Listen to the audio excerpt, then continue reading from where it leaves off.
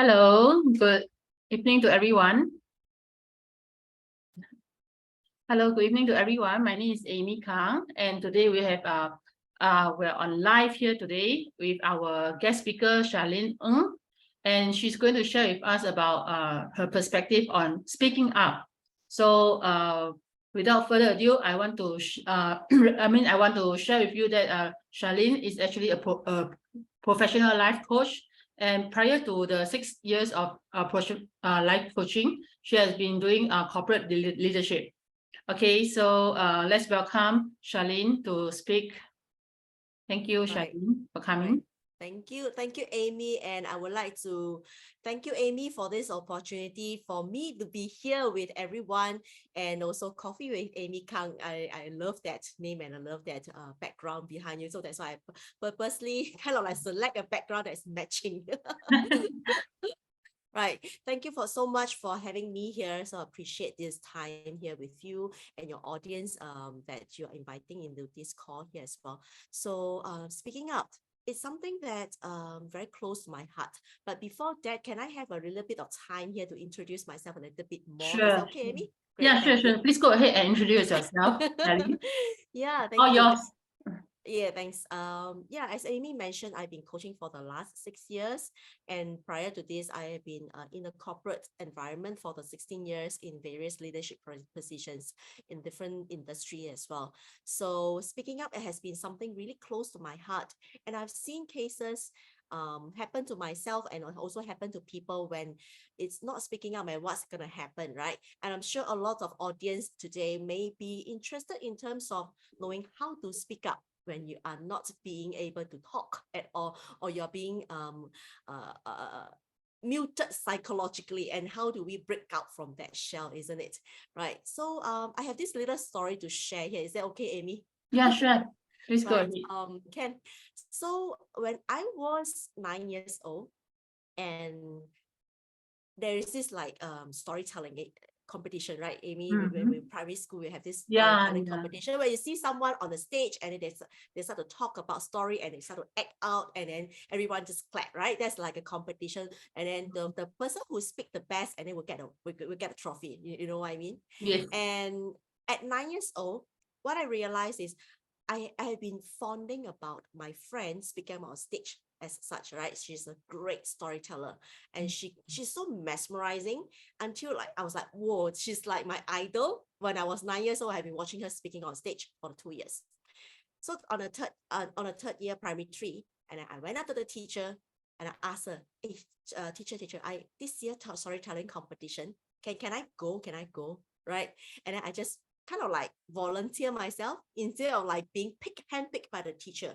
So the teacher got a bit of shock, and she told me this, oh, normally I pick student. There's very seldom student come to me and then says that, hey, I want to go on stage and speak this year, right? And then she gave me a story, and then the story is actually the Emperor's New Clothes, right? Which is a story about Emperor got cheated by two thieves, right? And they make a empty promise, and they didn't make up clothes for him. So basically, he was just parading the town without wearing any clothes. So that's the gist of the story, right? Yeah. So I got a story. So what happened is I memorized it and I acted out in a way that the teacher coached me.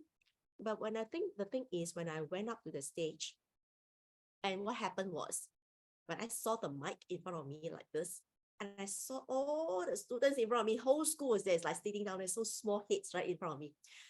You know what happened? The mic is here, right? And then I step up, I step back, I step back, I step back some more.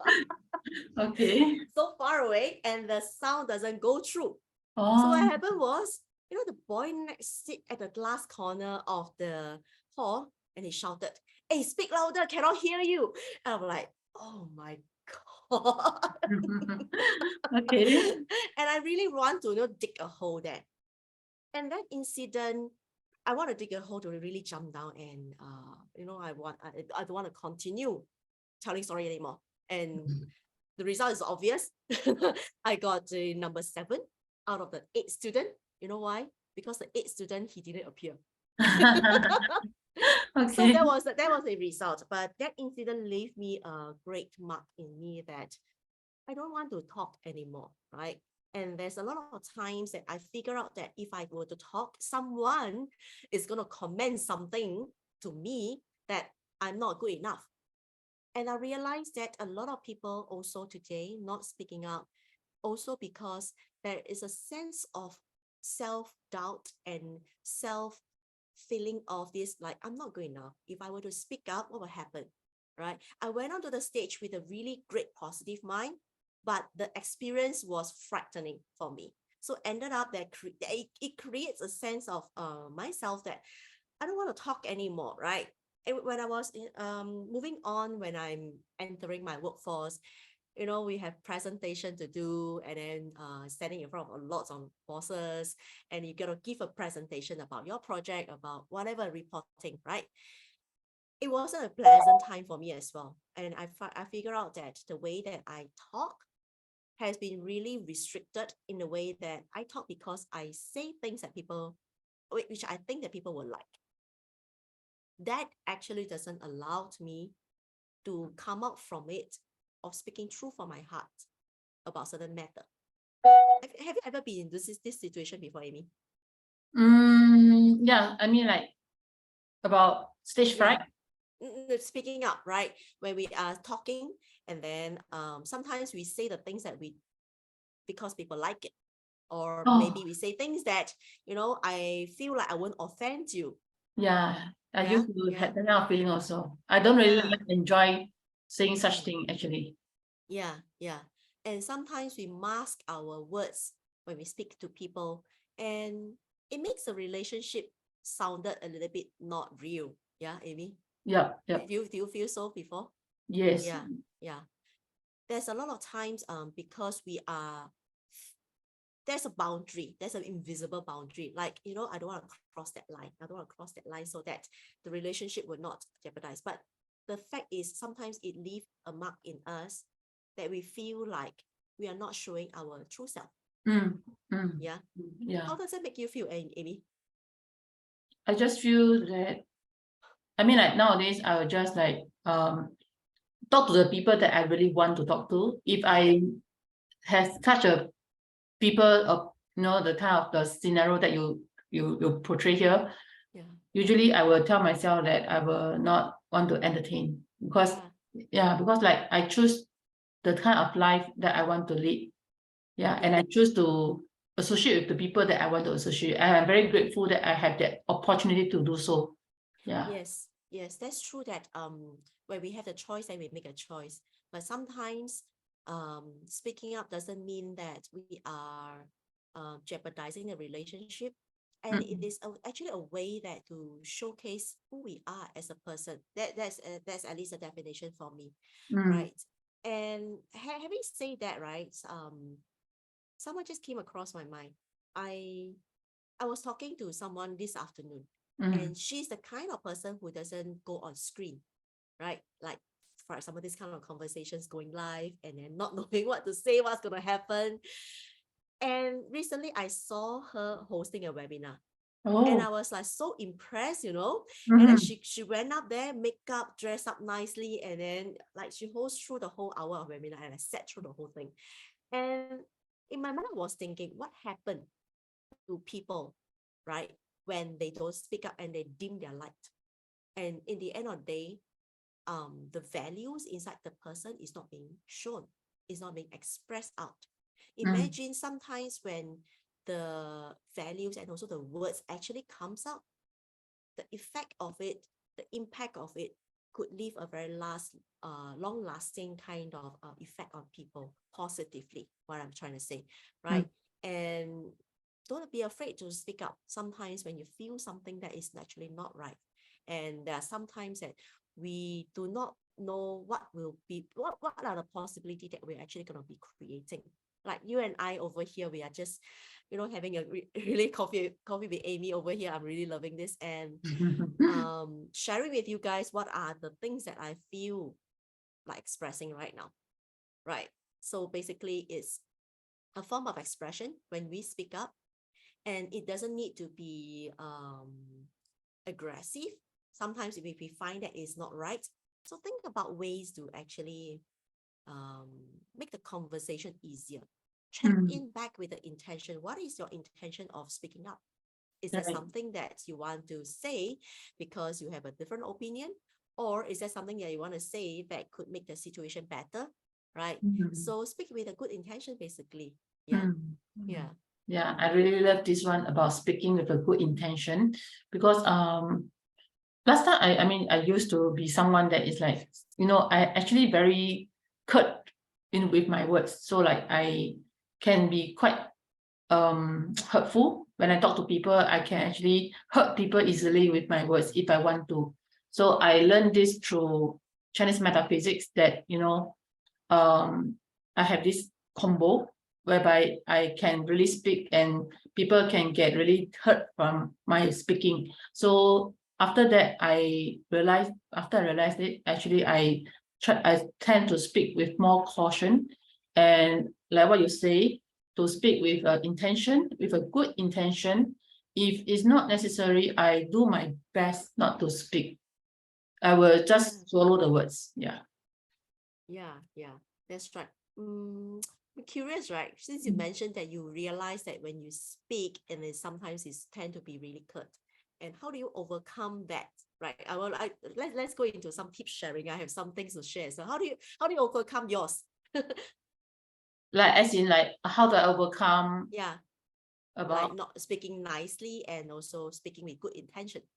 Because I realized that after speaking not so good, actually the repercussion, there's a lot of like repercussion. So after weighing the consequences, I decided that if I speak nicer in a better tone, and people will tend to treat me nicer.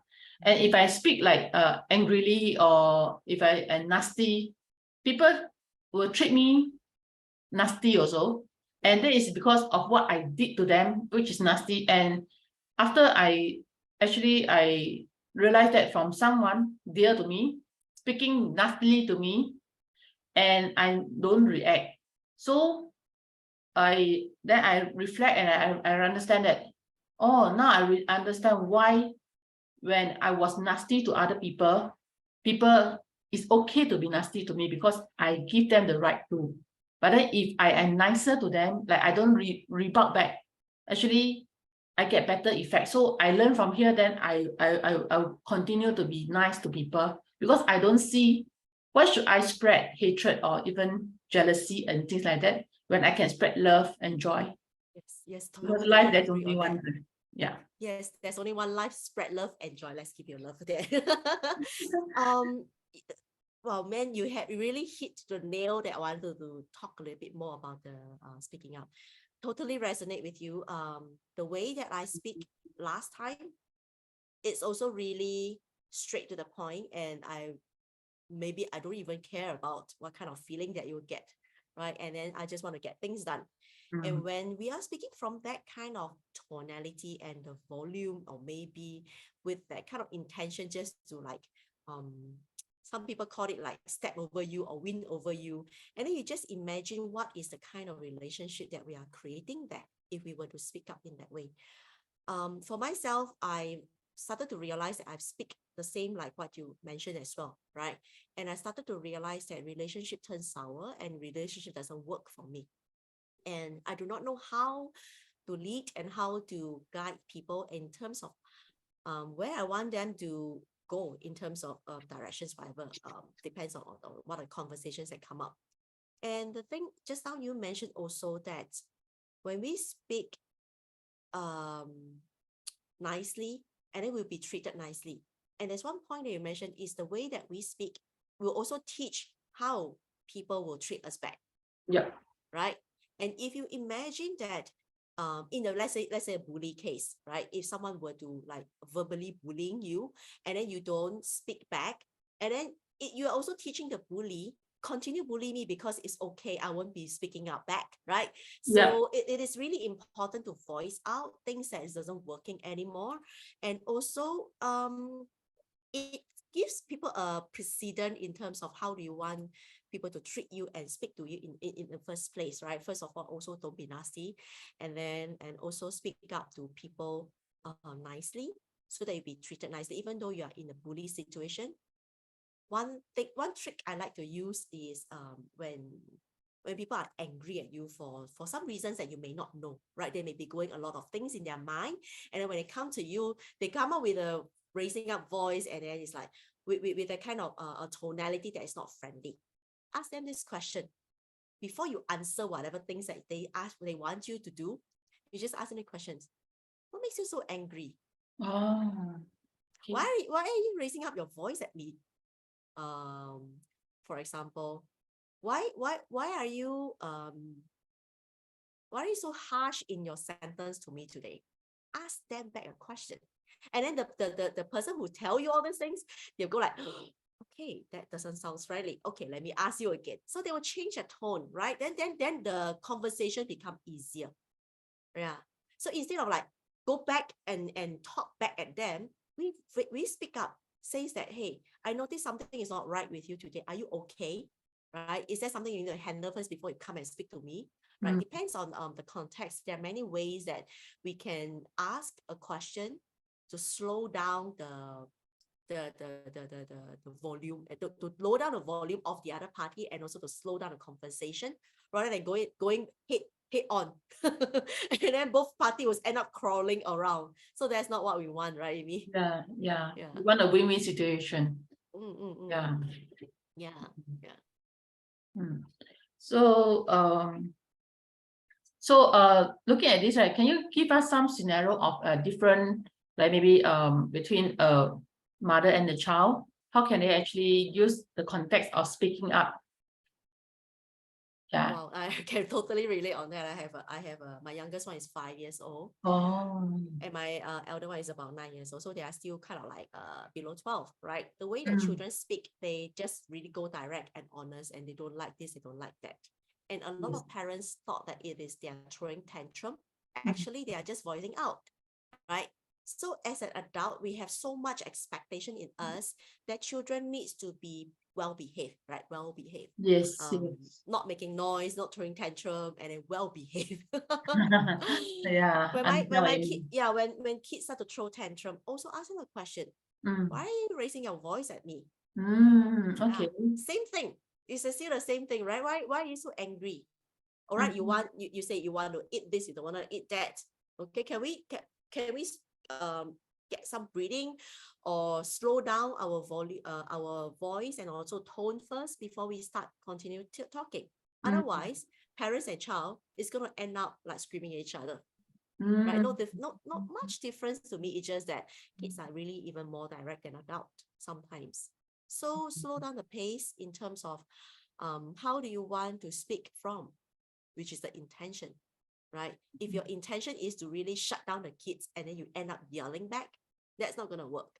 The kids is going to even more louder, yell back louder than you, and then you're going to yell back louder than them. You're going to yell back louder. No end. So yeah, exactly. No end. Yeah.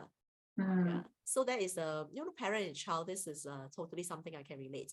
In the past, I used to scream at my kids a lot, and I've learned not to scream at them and ask them a question, right? And that breaks the pattern a little bit in your mind, and then they go like, why are you asking me that? Am I too loud? Okay, let me recalibrate myself, and then they'll speak differently. I see. That's nice. Yeah, does that help? Yeah, that's help.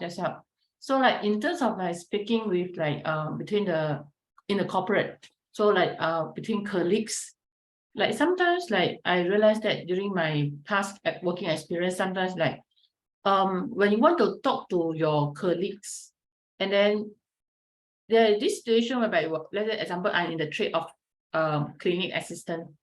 So you want to learn something from them, but then they are always like not willing to share. So when it comes to this point, right, do you think there's any way or method that we can use to let our colleagues open up to us? Oh, plenty. Let me Nice. say, but the first thing I hear is like, when I want to learn something, it seems like they are not willing to share, right? The first thing I want to ask, is that the assumption, or they outright, is there an assumption, or they outright telling you that I'm not going to share with you this because I don't want to teach you, or it's about your own thinking that they are not sharing. Okay, see, if you are thinking that they are not sharing, you are creating that invisible boundary between you and the person. And if you want a person to share, just go out there and ask, can you share with me this? I don't know what you're gonna learn. How to file this record, for example, right? Can you share with me how to file this record? Rather than waiting for them to come and teach you. There's an expectation, right? If you have the assumptions that they should teach you, why don't you reverse that role? You go and ask for help. Right. Yeah. So there's a way of like speaking up as well as a person who need help, right? We all of us need help, definitely. But the thing is like, it's sometimes because of culture, because of beliefs, because of I want my face, I paiseh to ask, that kind of things. Yeah, right? ego. That's the assumption. Yeah. Exactly. Yeah. So ask a question. Okay. That's my favorite way of like asking for more information, asking for help. People will be willing to teach, unless they say that no, I'm not going to teach you that. That's a different thing. Yeah. That's a very toxic kind of reply. Then that'll be a different thing. So what if like there's really people who say, no, I'm not going to teach you, and how can we handle such thing, like, this kind of like toxic relationship in corporates? Well, I'm not if they say outright says that I'm not going to teach you because you are not up to that, or you are too junior, whatever reason they give it to you, right? Exercise a little bit more creative thinking. How else can you solve that problem that you have and you needed to ask for help? Ask them back. Why? Why do you want to teach me? Why you don't want to teach me? Yeah. They may go on and then become really aggressive. This is like a what if situation here. And I have not met any situation as such. There may be some situation, the audience are listening to this, that you may be experiencing such things in workplace or family. Ask them better questions. Why are you behaving like that? And if they are willing to speak more about that, it's a good thing. That means they are open to speak up with you. And then you should be open to listen and speak up together with them too, right? And if the conversation go down to the really bad situation, walk away. Yeah, walk away for a while, or walk away to seek the help from somewhere else. Yeah, right. So there's always possibility around, and that's what I believe in. And don't confine into a certain way of boxing yourself, not able to think outside the box, basically. I think that's very nice. Like, because as myself, I'm a mental health advocate, so I always advocate that we have a mental prison. So whether you want to be inside that prison, it's up to you to decide you frame your own mindset, just like what you're sharing about boxing yourself. So you box yourself, you cover up yourself, and then that's where the ideas cannot come in. Yeah, so right. Yes, I love that idea of the mental prison. Yes. So other than, let's say, children and parents and even colleagues, like, what about friendship? Like, in terms of friendship, is there any scenarios that you have come across in your case of coaching that people want you to help them to resolve their friendship issues because they do not know how to speak up to their friends? Yeah, there's a lot of times that let's just say a group of friends, right? And sometimes people are not speaking up, probably because of some unresolved kind of past with that person, right? You may have been quarreled before, and then you do not want to speak out certain things.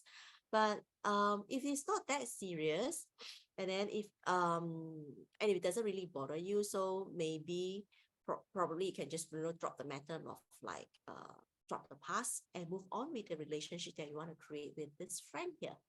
And if it's something that's really bothering, I do encourage you to really speak it out with that person and just call it out. For example, say that, hey, that day you were talking about this matter, and I'm actually not comfortable with you speaking about me like that, or maybe about the situation like that. Can we talk about it, right? So you seek for a resolution rather than holding out the baggage in you and then costing you the relationship of you and this friend here, that whom you be enjoying that friendship with. right? And open up the conversations and speak up honestly about how you feel. Not pointing the finger, says, hey, you're wrong. don't do that, yeah. Just open up the speaking up in a way that I feel really hurt by you saying so. I feel really threatened by you saying this kind of things to me, and I'm not feeling comfortable for you to mention certain topics certain way, right? So it's okay. Right. And you can always end up with a conversation with, for example, saying that I hope maybe this is the way that I was feeling, and I hope that it doesn't I don't mean to cause any harm or whatever. And and also listen to their reply too. They may have their reasons, you don't know, right? And if we put in an assumption that they should listen to us when we speak up, there's also an intention that we have, which is more like I have an agenda to come up in these conversations because I want to say that you're wrong in a way, right? So we don't want to do that. So we just open up the conversation, speak out what we want to express, and also give to the other party a chance to express back to you, right? And we listen openly, and then we see what are the possibilities that we can co-create moving forward, basically. Yeah, very well said. I do remind me about one scenario when I was at this networking, and then like this guy keep on speaking and speaking, and then the rest was like listening, but then some of them want to have some airtime. Then got one girl was saying, that there isn't any airtime for us. Then I was like, oh, that was funny. But I mean, I'm also learning to be more better in my communicating skills. So like learning from you and many other speakers that I have invited over here is really a very good learning journey for me. And at the same time, right here, I just want to pause for a while and say hello to some of our friends here. So hello, Felicia Tan. Hello, thank you for joining us today. And also we have Cheryl here. Cheryl here, she led some of her comments. Yeah, she agreed that we got to check if it's own assumption or expectation. Ask question instead of guessing, just like the previously when you're sharing about. We ask the question and do not like make assumption. That is something that I learned also while learning from your speaker. Cheryl, you also one of the speaker for the previous Facebook Live. Then also she also said that, and if someone really doesn't want to help you, release that expectation as it is not others' obligation to want to help you. Yeah. Find other ways to resolve that problem that you have, right? There's always ways out. You just have to keep looking. If you stop looking, then I say, okay, I'm sorry for you that you have stopped looking, right? It's a decision that you make. Stop looking, or you want to continue to look. Yeah, we look, we take ownership of our own decisions making. Yeah. And last time I used to be someone who doesn't want to make decisions when I was really young, and my sister told me that we have to make decisions. If we don't make decisions, then people will help us to make the decision, and it might not be something that we want to ultimately. So we have to take ownership of our own decision making. And also Cheryl also say that she would also ask herself, why did she feel this way if someone rejects her? Instead of coming up with her assumption and make herself misery, then act on her anger, lashing at others. Like just something you're sharing about, like, you know, we are angry and then we lash it on others because we have assumptions. So yeah, so I think that is really very relatable here. Thank you, Cheryl, for sharing about your perspective. Thank you. And then so other than family, corporate, friendship, is there any, like, how about husband and wife? You like to speak more about husband and wife, like in terms of like maybe communication, because I come across a few friends chatting about, like, you know, yes, we are together, but then, you know, we are not together, but we're not together. That kind of thing. Yeah, you get me. Yeah, so we are legally married, but we are not really together. In a way, yeah. So how do we actually? Yeah, you know, I mean, it's like in not asking you in the perspective of like a relationship expert, but just wanting to get from your point of view about to speak up in a husband and wife relationship. yeah, husband and wife, or maybe a Lover, partnership, right? A romantic partnership. Okay, we talk about romantic partnership here, right? Yeah. Well, in whatever settings that you are in any romantic partnership here, whether you are legally married or not, doesn't matter, right? We are in a romantic partnership. There's a lot of expectations when it comes to romantic partnership, because we always expect the closest person to us, which is the one that is in our life, maybe like more than 90% of the time of the day. And we expect them to know us, right? That come back to the expectation again. And it could be end up in a situation like, last time you used to be like that, and then now you were like that. Very familiar. or well, okay, I honestly thinking, I myself been through those stages too. And I've learned to let go of the last time. When I talk about last time, talk about now. Things change, and people will move on, and people will progress, and we always have to be in the moment, adjusting to each other. You cannot expect a person sounds like last year, 20 years ago, you used to give me flower. Now then you don't want to give me flower. I just give an example. Yeah. Last time you used to pour the chair for me in the restaurant. Right now you expect me to sit down myself. Things change, right? Perspective change, and a lot of things, even we ourselves, we change. And we cannot expect our partner don't change. That doesn't sound right to me. And it'll be weird if the partner still stay as like 20 years ago, or maybe 30 years ago when you were teenager time, right? Yeah. Some people have a longer relationship since younger days. Yes. And if we keep expecting people to stay the same, it's not going to be the case. And as we move along, cherish this current moment with your partner, so that you address to what's actually happening now, rather than worry about the future, think about the past, or like holding on to things so much that I'm right, you are wrong, that kind of thing. So the ego will start to come up. Let the ego go away. If you let your own ego to come into the play of the romantic partnership, it will cost a lot. And when the cost come, it could be financial, it could be intimate, it could be your children's well-being, right? If you have kids. Otherwise, it could be costing you a lot of time as well to resolve certain things. You imagine you Cold War for like 2-3 months, that kind of things. Why are you doing that? Or some of them go Cold War for years. And I've seen couple Cold War for years, and it's really bad. And I myself can relate to some of the examples that I mentioned earlier on as well. I used to expect a lot from my husband, but what I've learned is to really cherish the moment that we are having at that point of time, right? He or she may be having some bad time, give them some space. He or she may be having something in their mind that they need to work on, give them some space, right? And then come back, reconnect back to the conversations. It's just like just like the friendship I was talking about. Hey, that time you were talking about this, I'm not feeling comfortable. Same thing. So go back to the same conversation. So what's going on? Open up the conversation, tell your feeling, and listen, and let them express as well, and reach to a resolution about how can we move forward. Yeah. So that's what I wanted to share. Yeah. I really like the part you say about like cherish the moment, the right now. I think that is really very strong. Like I think also from my past experience, I used to be someone who always worried about the future and thinking about the past.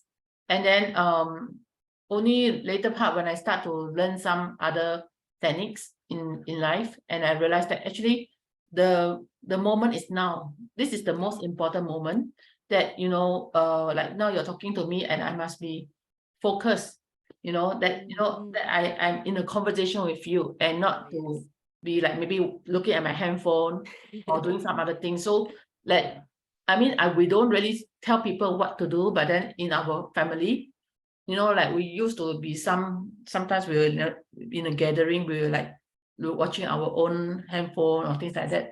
But then slowly my sister always, my elder sister so she's always like she like us to be present.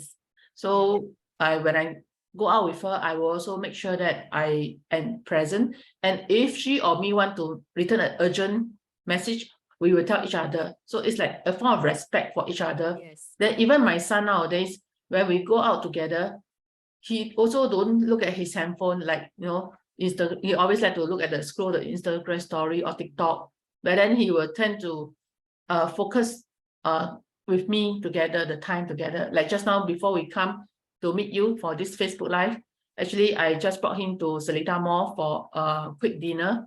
So then he was like, I said, okay, so now mommy going to collect the food for you. After that, I'm going to buy a coffee. Then he just like eating his food. After that, then I buy the coffee, we have a drink. Then he had his food.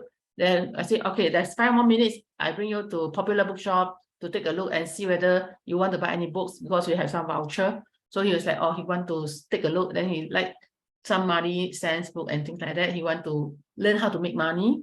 So I said, okay, good. So take a look there. Then we just engage on each other about, you know, the whole activity. So it's very fulfilling lah.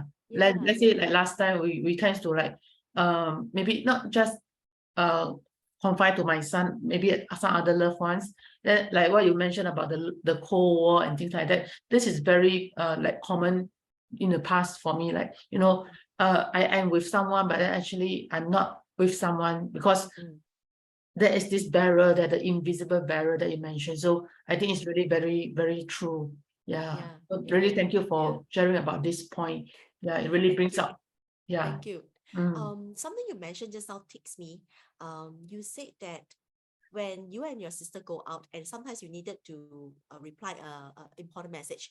So what do you do there is actually asking a permission. Says that, hey sis, can I reply on this? It's really urgent because it's really urgent, right? It's the same thing as well. When we needed to speak up, we don't just jut in and say, hey, I got something to tell you, huh? And then you just the whole thing out. And the person will just go like shocked and it's like, what is this person so rude? Yeah. For permission, there's something that I find that a lot of people doesn't really do that. They have an expectation saying that you should listen to me when I speak to you. Yeah, that's true. Right. Permission. So Yeah. so ask for permission, or things like, hey, can I talk to you about something? Are you free to talk about this thing? Can I have a moment? Right. I'm gonna need you to be staying focused with me probably for like 5-10 minutes for me to express out. If the conversation go longer, I mean kind of like plan for it a little bit longer, right? Ask for permission. Because not everybody is ready to listen to you to right. us, I think, right? And when we have a need to talk, we have to see whether the person is ready to listen as well. They may be busy, maybe not a good time, and maybe not at the right place, right? So ask for permission. Hey, are you free later? Can I call you later? Or maybe, are you free now? Can I have a word with you 1-2 minutes about something? It works in all the kinds of conversations, even parents and child, right? And as a parent, sometimes we thought that the kids should listen to us. But if we respect them as a human being and ask for permission, and then they will respect you back. yes. Right? Otherwise, it will be seen as tantrum that as children just suddenly judge in and says that, Mommy, I want this, I want that. Oh no, you never love me, and then you never give me all those things. You never listen to me in the first place. You listen to your kid first. So permission. Yes. Before speak up, ask for permission. Yeah, sounds very good. So remember, Amy must remember to ask for permission before speaking to anyone. So you are free to speak. Thank you, Amy, for that. Yeah. Okay, so right now, so friends, family. Oh, I got one more. It's like siblings. Let's say if siblings had some kind of like having some Cold War, is it the same technique that we're going to use, like what you shared? Hey, Amy, I want to ask you, actually, all of us are human, correct? Yes. And some of us are being tied by blood. Some of them are being tied by, connections that we built over a long period of time, and we call them a colleague or friendship or whatever, right? Yes. So long you are human and you are able to hear and you're able to listen and speak, same thing. Yeah, it's the same thing. Principle applies. Yeah, same principle applies, and that's what I truly believe in. And in terms of setting a healthy boundary, so that people is willing to hear so that you are confident to really say something, right? So I have this thing actually I wanted to say to share Sure, that sure. a lot of people that dare not speak up, and then they have this thinking, it's like nobody does that. Ask permission, nobody does that. He's my husband, she's my wife. She should listen to me. That's my child. They should listen to me. I'm a mom. There's Yeah. a lot, or rather, like nobody speak up to the boss in the way that I should speak up. And that kind Yeah. of context. And in a group of friends, it could be like nobody does that. I wouldn't be seen as a cool kid in that friendship group, right? And the thing is that when we experience some moments that something is obviously not sounding right, and a lot of us fall into the category of like we dare not ask the unspoken question. We dare not ask that a question, or maybe say out something that is obviously has gone a little bit like not so right, morally, ethically, or whatever reason, right? And because of that, it could cause consequences as well. It could, I mean, to a certain extent, it could cost life even sometimes, right? And I do want to encourage the audience who is listening to this, when you see something is not right, just, just speak it up. Ask permission, speak it up. Can I tell you all something? It's not cool to do this thing because it's dangerous. It's actually not part of the culture or beliefs. And then try to say it out in a voice that it's not intimidating, right? Again, come back to the speaking with the good intentions and all these things, right? And if you feel that something is seriously not right, even in a workplace, and then just speak it up and find people to discuss. Or if it's a project, if it's in for example, family setting, and then there's some culture in a family setting. For example, like Amy, you mentioned, keep watching on our handphone when we're having family gathering, and you just ask everybody to put down a phone and create something out, so that everybody can engage in that conversations, or maybe games, right? Otherwise, you look at my phone, I look at my phone, and then nobody finding that weird. Yeah, that's not going to work. To kind of like build the relationship they want to build up. Yeah. Interesting. Good. So right now we are coming to end soon. So maybe you like to have some words regarding the speaking up, and then after I like you to also share about what you do in more details. So for the speaking up wise, do you have any words to share with the audience? Yes, I would like to, maybe I get your help to check out the Facebook Live. If there's any questions from the audience that I can help to address right now, I would love to do that. And for those who are listening in, Coffee with Amy Kang, and you can type in the questions over there at the Facebook. And I'm going to take a look at my site as well. If there's any questions I can help to address, I would love to. I received some love and light. Thank you. Thank you so much for the love and light, everyone. Thank you so much. And usually my audience tends to be very shy, kind of audience. So I'm trying to create a more bold, active audience to sound out there. But I'm still learning. So I appreciate feedbacks and how I can improve to engage my audience. So anyone or everyone, please, you can let me know how I can improve on myself so that I can have more audience on my live, and also to be more engaging. Yes. Yeah. So do like and share this this Facebook Live with your friend. And after this, right, what happens is that the live will be still on the Coffee with Amy Kang Facebook page. And I'm going to upload it onto the Amy Kang YouTube. So it's youtube.com/@amykang. Yeah, so that is what I usually will practice. And then you can watch it on the YouTube, and welcome to subscribe as well. So so for Charlene, yeah. Over to you now Yes. to carry on. Thank you, Amy. Great way to ask questions as well. And for those who are shy, who wants to connect with me, I'm strongly welcome to do that, right? I'm gonna paste my Facebook link is Connect with Charlene. You can DM me there, or you can actually, if for those who are seeking help in terms of relationship issues, or even if you are having some questions that you would like to catch up with me, do connect with me over at Charlene, Connect with Charlene Facebook group over there, right? Facebook page. And I would also like to encourage for those who are really seeking help in terms of getting your relationship better, or maybe getting your career clarity, or maybe getting a little bit more of a breakthrough side in terms of what you want to have in 2023 over here, because there's a few more weeks to go into 2023. I'm really excited for that. And I do a lot of coaching, one-on-one coaching with people, and I teach presentation skills as well. Yeah, I actually have live webinar, actually it's also coming up. I'm going to give the link to Amy, and then she can post it over there at the descriptions. Sure. And in terms of how you can connect with me, for those who are feeling the right time to ask the questions, I strongly encourage you to do so, right? Connect with me afterwards, and then we can have a conversations about how I can help you. If you can resonate with me, and then we can speak about the next opportunity for you in terms of getting help over here. Like I shared with Amy earlier on, it's about getting help. Ask the question, right? Amy asked me the questions like, what if people doesn't want to help me? I say, have you ever asked a question first, right? So I need say I need help. Can you help me with something?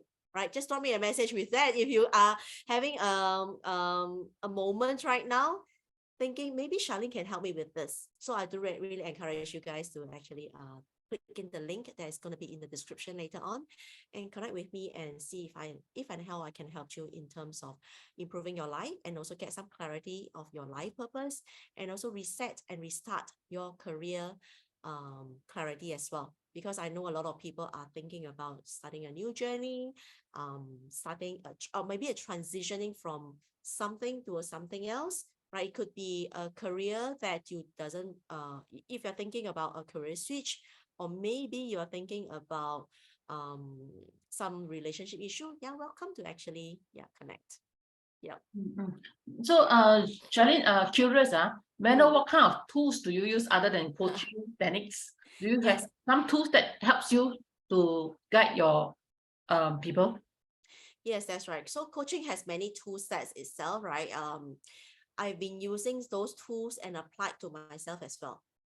What's important to me is when we are teaching certain tools to people, we need to be able to appreciate that, and we have practiced that, right? So find a coach that preach what they are, basically practice what they are preaching, so that you know that the coach is actually congruent. For myself, I only teach things that I'm actually practicing, right? There's a lot of things that is for physical well-being, and then emotional well-being, and also the mental well-being as well. That those are some of the tools that I actually I'm willing to share, right? If you guys gonna connect with me with a specific problem, it's gonna be hard if I were to throw in lots of tools here and then say, you can use this, you can use that, you forget, right? So I like to apply just in time conversation in terms of how I can help in a way that I have plenty of tool sets that I use. Otherwise, welcome to come to my webinar and then experience me a bit differently in a workshop style. And then there will be a one-to-many kinds of conversations. Yeah. So when will be your coming webinar? Do you have coming up one Monday? Yes, Monday afternoon I have one upcoming webinar. It's called Winning That Pitch. Again, it's coming back into conversation. No matter what business you are in, or maybe you are in a corporate career, winning that pitch is important, because it's the way that we speak out the things, whether the words actually landed on the other party, and how do we actually present ourselves in order to get an idea, turning into something influential, and also maybe income for some of you, especially for those people who are doing sales. And this is highly recommended for those people who are doing sales to come in and take a look. Yeah, I'll share that link over in the WhatsApp. Please share. Link downstairs. And yeah, please come on Monday. The coming one is actually on Monday, 2 p.m. Okay. Yeah. So just click on the link and register. Okay, so we need to register for the webinar lah. Yes, correct. Yes. Okay. Yeah. So let's say if for people like me, I'm actually occupied on Monday. So can we register and then watch the Yes. review? No, we are not going to upload the video, so it's all live. You can register first. We will update you for the next date that's available date. Yeah. Okay. I Yeah. see. It's So if it's a ongoing webinar. like, how often do you do that? Right now we don't have a fixed schedule, and we are doing it as per the time that we are allowed to do that. So basically, this month itself, I have 2 more coming up.